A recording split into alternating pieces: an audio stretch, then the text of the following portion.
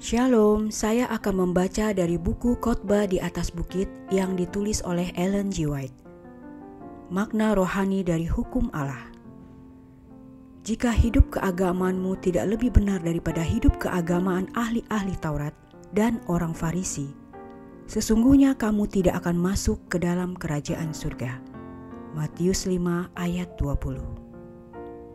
Ahli-ahli Taurat dan orang-orang Farisi bukan hanya menuduh Kristus, tetapi murid-muridnya sebagai orang-orang berdosa karena mereka tidak menghargai upacara dan peraturan-peraturan guru-guru Yahudi.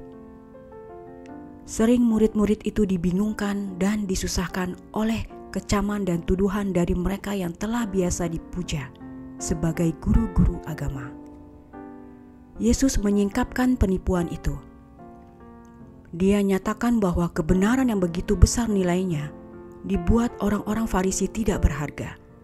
Orang Yahudi telah mengaku menjadi bangsa yang istimewa, setia dan kesayangan Allah, tetapi Kristus menunjukkan agama mereka sebagai tidak memiliki iman yang menyelamatkan.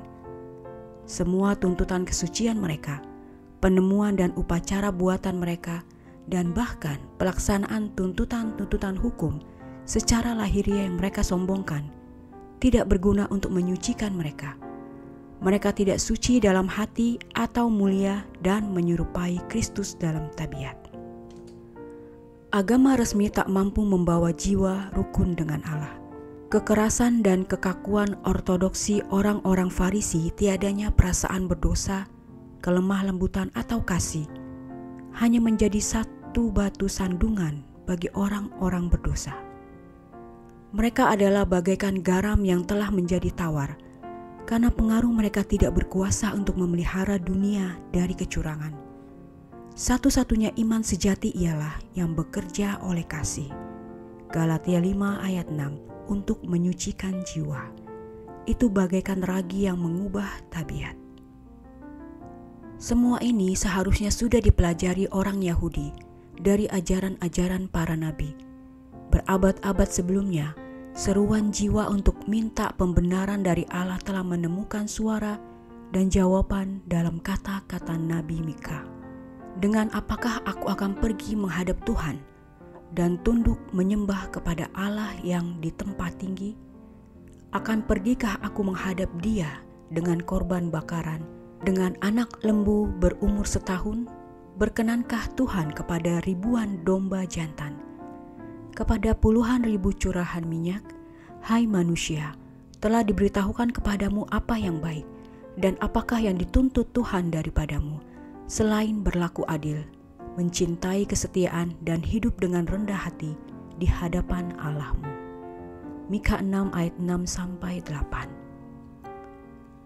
Nabi Hosea telah menjelaskan apa yang merupakan dasar utama dari ajaran orang-orang Farisi.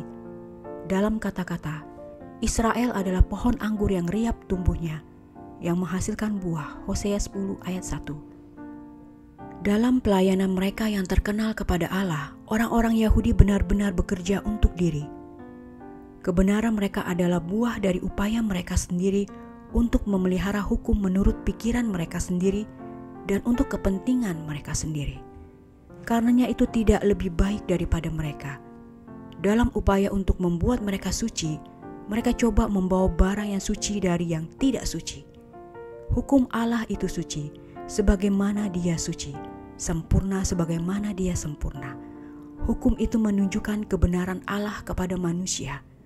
Tidak mungkin bagi manusia memelihara hukum dengan kekuatan sendiri, karena sifat manusia sudah rusak, cacat, dan secara keseluruhan tidak menyukai tabiat Allah. Pekerjaan dari hati yang mementingkan diri adalah seperti seorang najis, dan segala kesalehan kami seperti kain kotor. Yesaya 64 ayat 6.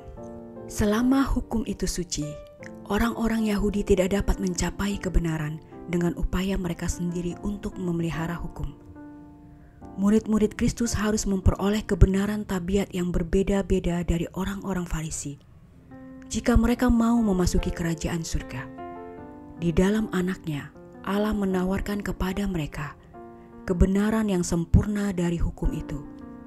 Jika mereka mau membuka hati mereka sepenuhnya untuk menerima Kristus, maka hidup Allah sendiri, kasih-Nya akan tinggal dalam diri mereka, mengubah mereka kepada keserupaannya, dan dengan demikian melalui pemberian cuma-cuma dari Allah, mereka akan memiliki kebenaran yang dituntut hukum itu.